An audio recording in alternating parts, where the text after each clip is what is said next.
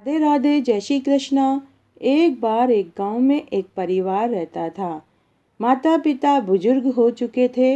उनके दो पुत्र थे, जिसमें बड़े वाले का विवाह हो चुका था और छोटा वाला मंद बुद्धि और कुंवारा था। उसका नाम भोला था। वह जैसा नाम था वैसा ही उसका आचरण था। बहुत सीधा सादा सरल और दयालु स्वभाव का था। वह कोई काम नहीं करता था। एक बार की बात है, उनके माता पिता की मृत्यु के बाद 2 साल तक बड़े भाई और भाभी ने भोला को अच्छे से रखा।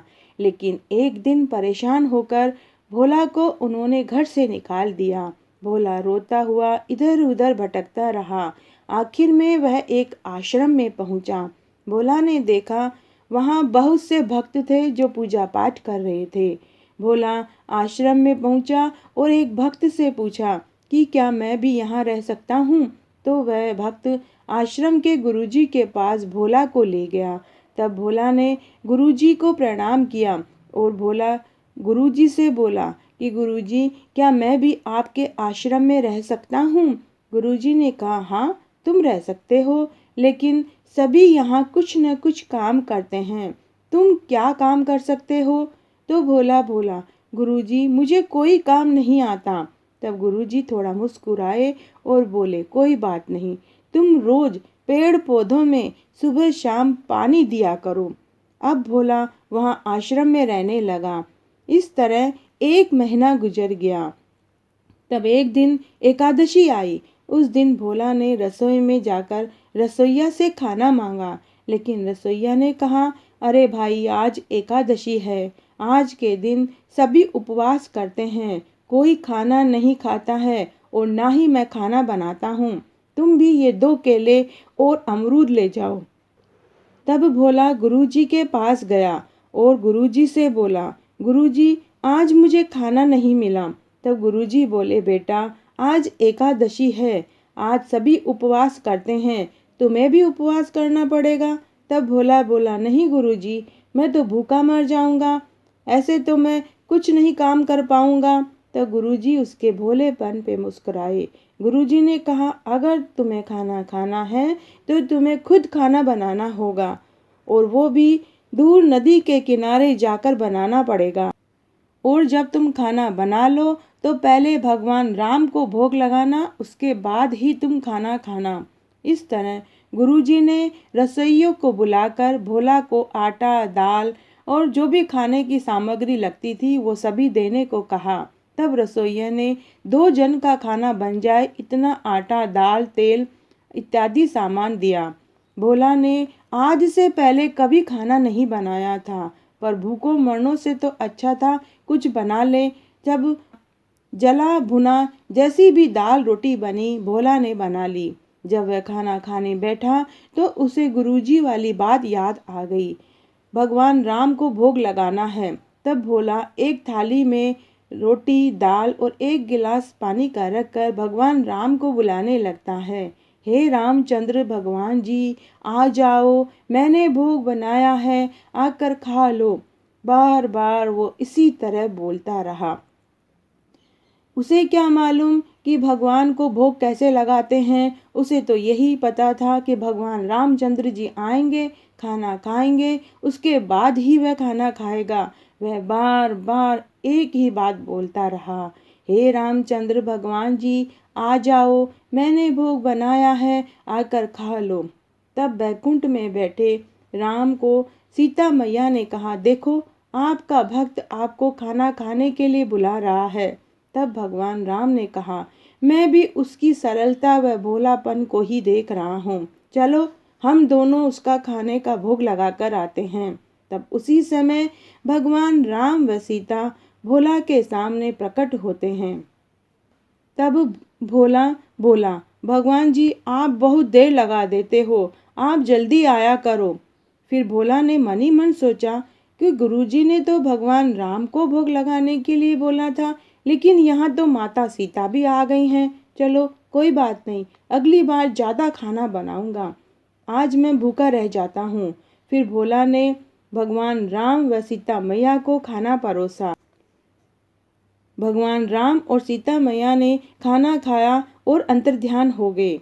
इस तरह भोला उस बात को भूल गया। अगली बार फिर एकादशी आई। भोला ने गुरुजी से कहा, गुरुजी मुझे आटा, दाल, तेल ज़्यादा देना। मैं पिछली एकादशी को भूखा रह गया क्योंकि भगवान राम के साथ सीता मैया भी आ गई। इस बात को गुरुजी ने मजाक समझा। गुरुजी को लगा कि इसे खुद को ज़्यादा खाना खाना है। तब गुरुजी ने रसोइये को कहा कि तुम इसे ज़्यादा आटा, दाल और तेल दे देना। फिर भोला नदी किनारे चूल्हा जलाकर खाना बनाने लगा। जब खाना बन गया तो भोला ने वापस भगवान राम को आवाज़ लगाई, हे रामचंद्र भगवान जी आ जाओ, मैंने भोग बनाया है, आकर खा लो। हे रामचंद्र भगवान जी आ जाओ, मैंने भोग बनाया है, आकर खा लो। अब की बार भगवान राम सीता सहित लक्ष्मण, भरत व शत्रुघ्न को लेकर आ गए। अब भोला फिर चकरा गया। भोला फिर से मनी मन सोचने लगा कि भगवान राम को बुलाता हूँ तो सीता मैया साथ आती है। जब भगवान राम और सीता मैया को बुलाता हूँ तो भगवान अपने सभी भाइयों को लेकर आ जाते हैं। कोई बात नहीं, इस बार मैं फिर भूखा रह जाता हूँ। अगली एकादशी को मैं और भी ज़्यादा खाना बनाऊंगा। इस तरह अनायास ही उसकी 2 एकादशी का व्रत हो गया। जब भगवान राम सीता सहित अपने सभी भाइयों के साथ खाना खाकर चले गए तो भोला बोला, अगली बार आप मुझे पहले ही बता देना कि आप कितने जनों को खाना खाने लेकर आओगे। तब भगवान राम थोड़ा सा मुस्कुराए और अंतर्ध्यान हो गए। इस तरह फिर महीने बाद एकादशी आई तो भोला फिर गुरुजी से बोला, गुरुजी आपने तो कहा था कि भगवान राम को भोग लगाना है, लेकिन भगवान राम एक बार तो माता सीता को साथ लेकर आए, फिर दूसरी एकादशी को वो अपने सभी भाइयों को लेकर आ गए। मैं दोनों एकादशी को भूखा ही रह गया। आप मुझे बहुत सारा आटा, दाल और तेल दिलवा दो। इस बार गुरुजी को कुछ शक हुआ। उन्होंने रसोइये से कहा कि यह जितना आटा, दाल और तेल मांगे इसे सब दे दो। इस प्रकार भोला नदी किनारे जाकर खाना बनाने लगा। उधर गुरुजी एक पेड़ के पीछे छुपकर सब देख रहे थे।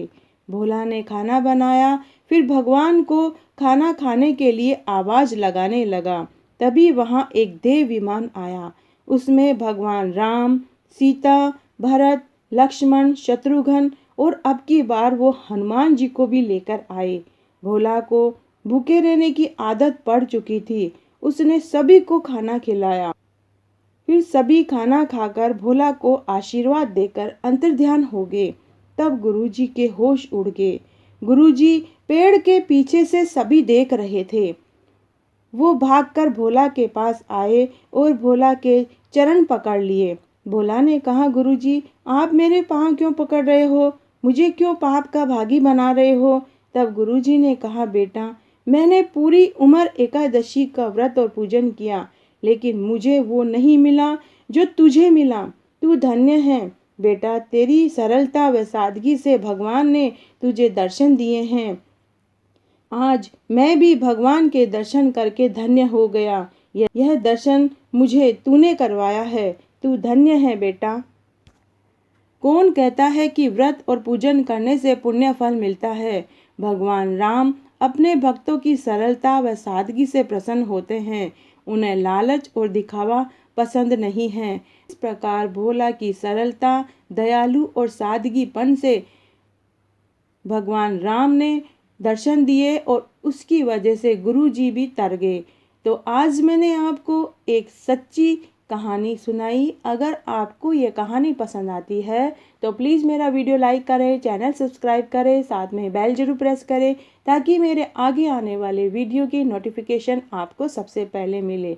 और अगर आपको ये कहानी अच्छी लगती है तो अपने दोस्तों और रिश्तेदारों में ज़्यादा से ज़्यादा शेयर करें। धन्यवाद।